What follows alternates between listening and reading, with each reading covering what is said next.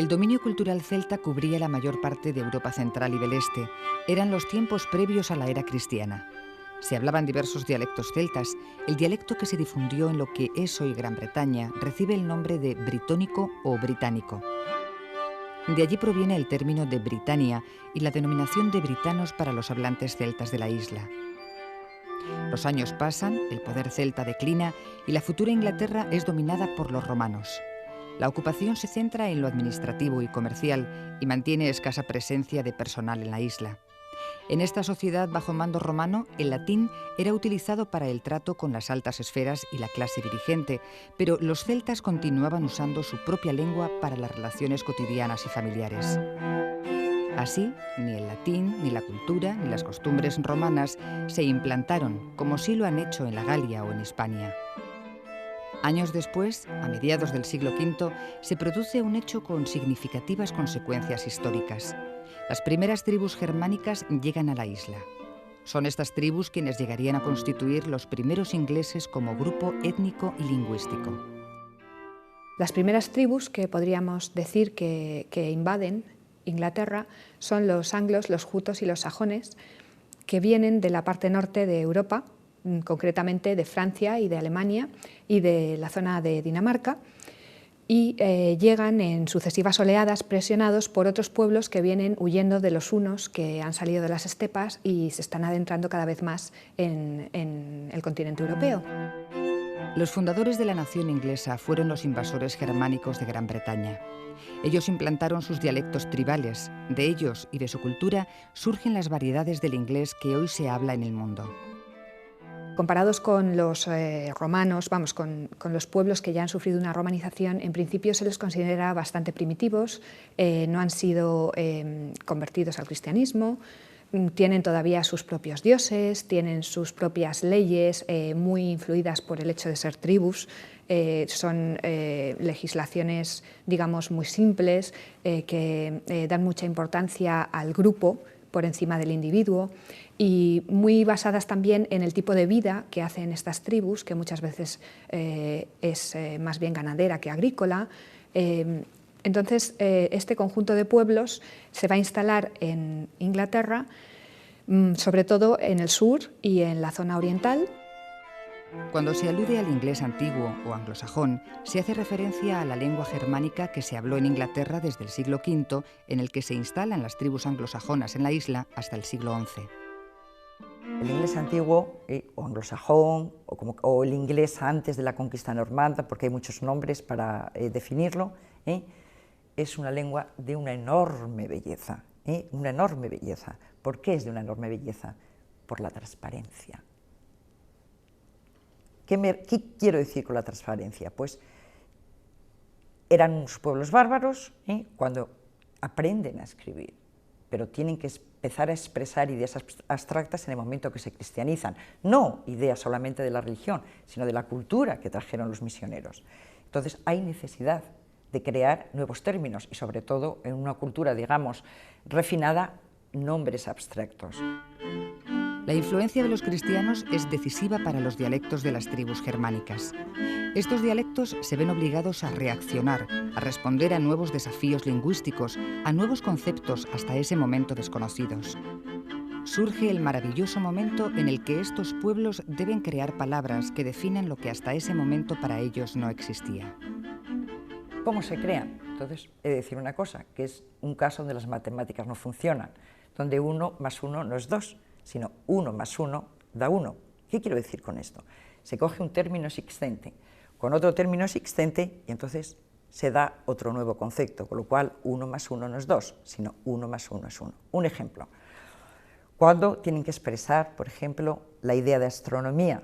Hoy día el inglés actual pues, tiene una palabra que deriva de las lenguas clásicas, astronomy, que se parece pues, a la española y en muchas lenguas romances. Y sin embargo, la palabra inglesa dice Tunglecraft. ¿Y qué significa eso? Tungle era la palabra para estrella y craft, pues ocupación y demás. Las dos juntas, la ocupación de las estrellas, por tanto, astronomía. Este proceso creativo ha sido muy beneficioso para el inglés antiguo. Las palabras adquieren un significado profundo y transparente. Es de una gran belleza porque se ven los matices de la lengua, las posibilidades. Entonces hay como una libertad, porque no debemos de olvidar que cualquier lengua escrita constriñe, la lengua escrita no refleja lo que es la lengua, todos los matices de una lengua hablada. ¿Por qué? Porque son unas convenciones fortísimas, entonces no vemos. La Universidad Nacional de Educación a Distancia ha editado una obra de capital importancia que aborda el tema del inglés antiguo como base de la filología inglesa. Esta obra ofrece al lector la evolución histórica de la lengua inglesa. Quizás por el hecho de pertenecer y ser miembro del Departamento de Filologías Extranjeras y Soslingüísticas de esta universidad, me corresponde el grato honor de agradecer públicamente el importante esfuerzo editorial que ha realizado el Vicerrectorado de Metodología, Medios y Tecnología para dar a la luz esta obra que alguien cariñosamente ha designado como obra ciclópea, en el sentido de que es una obra que realmente abarca un periodo importantísimo de la cultura, de la lengua y de un mundo recóndito que realmente nos lleva a los entresijos de lo que ha sido la fuente de una lengua que ha tenido una divulgación extraordinaria en el mundo. Esta obra, cuya autoría corresponde a los profesores Juan de la Cruz, Pedro Jesús Marcos y Ángel Cañete, es una introducción de carácter general a la historia, la cultura, la política, la sociedad, la lengua y la literatura inglesa del periodo que se desarrolla desde el siglo V al siglo XIV. Además incluye una edición bilingüe de los grandes poemas ingleses de los siglos XIII y XIV y un cuaderno de ejercicios. La estatua de Venus, hermosa de contemplar, en el vasto mar toda desnuda flotaba, cubierta hasta la cintura por olas verdes brillantes como si fueran cristal. Cítara en su mano diestra, y en su frente, muy apacible, una corona de rosas, purísimas y fragantes, con revoloteo de palomas adorándole el cabello. Ante ella, su hijo Cupido, ciego, en ambos hombros alado, y sin vista como es visto, llevando un arco y unos dardos, puntiagudos y con brillo. El primer aspecto y más principal que llama la atención del lector, ya desde el primer contacto visual que establece con esta obra, es la inmensidad de sus proporciones. En sus casi 1300 páginas se reúne prácticamente todo el saber acumulado en torno a la historia de la lengua inglesa en sus periodos antiguo y medio, en sus variadísimos aspectos filológicos, estilísticos, morfológicos, fonéticos, pero también políticos, sociales y culturales. La estructura de los dos volúmenes centrales que componen esta obra es gemela, prácticamente idéntica, a pesar de que los títulos pudieran apuntar en direcciones distintas. Ambos volúmenes constan de una parte teórica y de una parte práctica. La parte teórica, a su vez, se abre en los dos casos, en los dos volúmenes, con una historia externa del periodo correspondiente. Esta historia externa sirve de marco contextual para el desarrollo lingüístico que ha de venir a continuación. En el siglo VI, estas tribus anglosajonas reciben la influencia evangelizadora de los pueblos celtas que vienen desde lo que hoy es Irlanda. Estas evangelizaciones tienen características muy especiales. Se producen misiones desde Irlanda y desde la zona norte de Inglaterra hacia el sur, que van a fundar unos monasterios que no siempre son como los monasterios que entendemos hoy en día. Hay monasterios de hombres y luego también hay monasterios dúplices. Estos monasterios son a la vez de hombres y mujeres, aunque viven en zonas separadas, pero digamos que conviven y los hombres tienen a su cargo las necesidades espirituales, las misas, las confesiones de estas monjas que residen junto a ellos. El papel de las religiosas aquí es muy importante también, porque llegan incluso a presidir concilios, una cosa bastante insospechada si nos atenemos a la definición de la mujer en la Edad Media.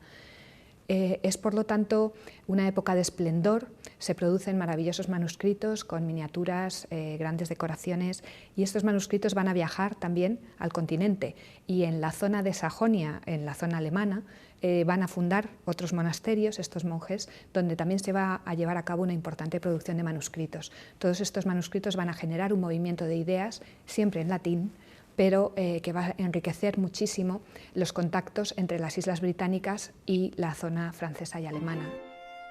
Algunos fragmentos de manuscritos se encuentran reproducidos en la obra editada por la UNED. En el monasterio de esta abadesa había un hermano singularmente distinguido y honrado por la gracia divina, pues solía componer muy apropiadas canciones que indujeran a la religión y a la piedad, de tal manera que todo lo que aprendía de los libros sagrados a través de sus maestros, al momento lo tornaba en bella dicción poética, con suma dulzura y fervor, expresándolo correctamente en la lengua inglesa. Están algo por lo que yo siento una debilidad muy grande, que son las reproducciones facsimilares de los manuscritos. Verdaderamente, y esto lo digo pues para el público joven, un subidón de adrenalina realmente se produce con el contacto de los manuscritos, y yo lo puedo decir porque soy una enamorada. El descifrar, el meterte en estas letras, en estos trazos, el ver lo que quiere decir ese escriba, el ponerte en contacto de repente, dar ese salto de siglos mediante un manuscrito, el tocarlo, el olerlo, es algo verdaderamente de subidón de adrenalina. De los diversos reinos anglosajones instalados en Inglaterra, en el siglo VIII destaca sobre los demás el de Mercia, ya que el inglés antiguo de Mercia es considerado hoy como la base dialectal del estándar del inglés moderno. Posteriormente, en el siglo IX, será el reino de Wessex, la patria del gran rey Alfredo, situada al sur de la isla, el que llegue a destacar. Será el dialecto de este reino el vehículo de una de las más antiguas muestras de literatura europea moderna. La patria del rey Alfredo representa el verdadero arranque de la unidad política de Inglaterra y el primer intento de unidad lingüística a nivel nacional. A partir del siglo VII se empiezan a asentar lo que podríamos llamar los reinos de Inglaterra. Primero tiene una preponderancia el reino de Mercia y luego es Northumbria, que está dominado por los anglosajones, la que impone, digamos, el yugo militar sobre los demás reinos y a su vez un yugo cultural, claro. Los anglosajones van a dominar durante mucho tiempo la cultura de Gran Bretaña hasta que hacen su irrupción los normandos en el 1066, que conquistan no solamente Inglaterra, también un poquito más tarde van a conquistar la isla de Sicilia y se va a establecer una especie de imperio de cultura normanda que va a dar el francés como lengua principal y va a imponer una serie de costumbres de tipo feudal sobre los antiguos señores guerreros que ocupaban la zona de las Islas Británicas. Cuando Guillermo de Normandía asume el poder, comienza a desarrollarse la normandización de Inglaterra. Es el siglo XI. Esto tendrá un considerable impacto en el desarrollo institucional y cultural para la nación inglesa. Se instaura el francés como lengua de la clase noble y de la judicatura y pasa a ser la lengua cortesana por excelencia. El latín será la lengua para los documentos reales y de máxima importancia. El inglés queda relegado al uso familiar y germinan variedades dialectales en todo el territorio. Esto crea una separación muy importante entre la nobleza y el resto de los grupos sociales. Con inglés medio queremos decir siempre el inglés después de la conquista normanda, es el inglés ya con influencia de términos franceses. No a lo mejor sintáctica, pero sí influencia léxica. Entonces, a mí es que entiendo que soy un poco anarca y por eso me gusta esta época. ¿Por qué? Porque existe una enorme variedad de textos de todas las zonas dialectales. Entonces, yo cuando mis estudiantes lo ven, lo escrito, y dicen, pero ¿son ingleses distintos? Digo, no, no son ingleses distintos. Y el del norte se entendía con el del sur, y el del este se entendía con el oeste. ¿Por qué? Porque es el retrato, la fotografía de la lengua lo que varía. Los dialectos germánicos instalados en tierras británicas a lo largo de su proceso histórico han recibido variadas influencias. Hemos mencionado las influencias celtas, cristianas y francesas, pero no se debe olvidar el contacto con las lenguas vikingas que han invadido a los pueblos anglosajones en repetidas oportunidades a lo largo de la historia. Este complejo y rico desarrollo histórico de las lenguas anglosajonas ha debido ser un importante desafío a la hora de organizar los contenidos de una obra como Inglés Antiguo, base de la filología inglesa. Esta obra se caracteriza por un saludable eclecticismo metodológico. Los autores nunca vacilan en servirse de cuantas herramientas metodológicas pueda ofrecerles las numerosas tradiciones lingüísticas que se encuentran a su disposición. Son básicamente historicistas cuando estiman que la historia externa de un idioma puede contribuir a un mejor conocimiento de la manera en que funciona desde un punto de vista teórico y práctico. Son estructuralistas cuando atienden a la forma en que el sistema se ajusta internamente o cuando quieren diseñar ejercicios prácticos para su aprendizaje. Y finalmente no vacilan en ser generativistas cuando creen que especialmente algunos hechos fonológicos pueden explicarse mejor atendiendo a los principios teóricos de esta escuela lingüística. Y todo este eclecticismo metodológico está puesto al servicio de la descripción científica de la lengua y de su enseñanza. La obra editada por la UNED también se adentra en el denominado inglés medio, proceso evolutivo de esta lengua que se presenta desde finales del siglo XI hasta el siglo XIV. A diferencia de lo ocurrido con el inglés antiguo, en el inglés medio son diversos los dialectos que generan una rica tradición a través de la escritura. Ya en el siglo XII, el sacerdote Layamon desarrolla una versión inglesa del roman anglo-normando de Weiss llamado Brut y tiene la trascendencia de ser la primera vez que se lee en inglés la historia del rey Arturo y de otros personajes como Lear y Cymbeline, que luego volverán a surgir de la pluma de William Shakespeare en el siglo XVI. La obra de los profesores de la Cruz, Marcos y Cañete aborda el análisis de los materiales lingüísticos de este período al tiempo que desarrolla una propuesta pedagógica. Existe un libro de ejercicios prácticos encuadernado independientemente del volumen dedicado a los estudios del inglés anglosajón, del inglés antiguo.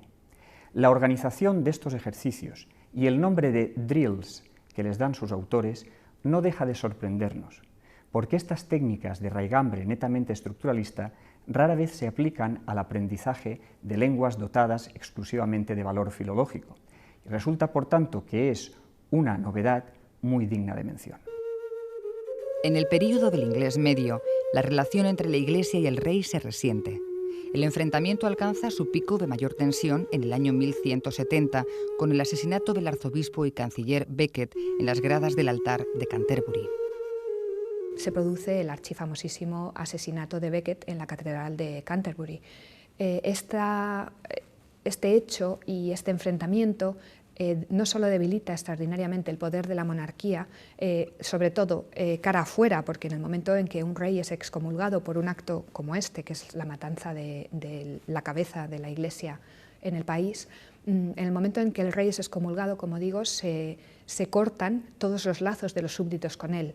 Y eso supone para el rey una cuestión importantísima. De ahí que Enrique II inmediatamente recule y vaya a la catedral de Canterbury a flagelarse para pedir perdón por la muerte de este hombre. Mientras la lengua inglesa continúa su acelerada evolución, el desarrollo institucional del Estado es una de las novedades de la época. El rey, poco a poco, ve mermada su capacidad de gobierno. En las postrimerías del desarrollo del inglés medio, en el siglo XIV, la vida cotidiana se ve alterada por hambrunas, pestes y guerras. Se instala el escepticismo.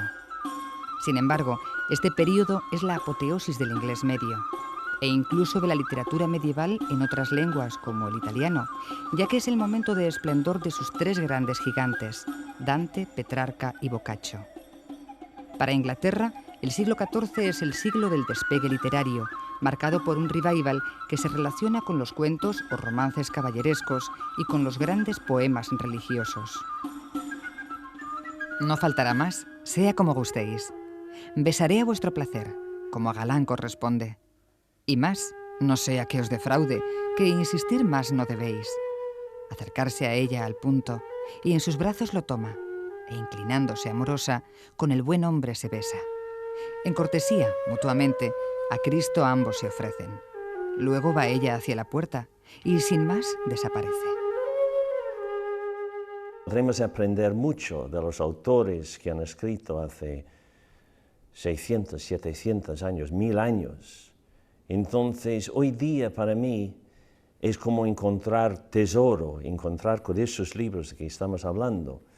Porque no solamente son fieles y traducciones a los autores, Chaucer, Langland, John Gower, pero también reflejan lo que para mí fue la gente de aquel tiempo y muestran que somos universales en todos los sentidos. Universales no solamente en el sentido geográfico, pero también histórico, a través de los tiempos.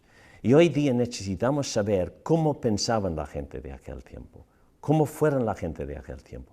Entonces, por eso doy las gracias de todo mi corazón al doctor de la Cruz, al doctor Marcos, al doctor Cañete, para haber regalado a mí, una persona de habla inglés, este tesoro.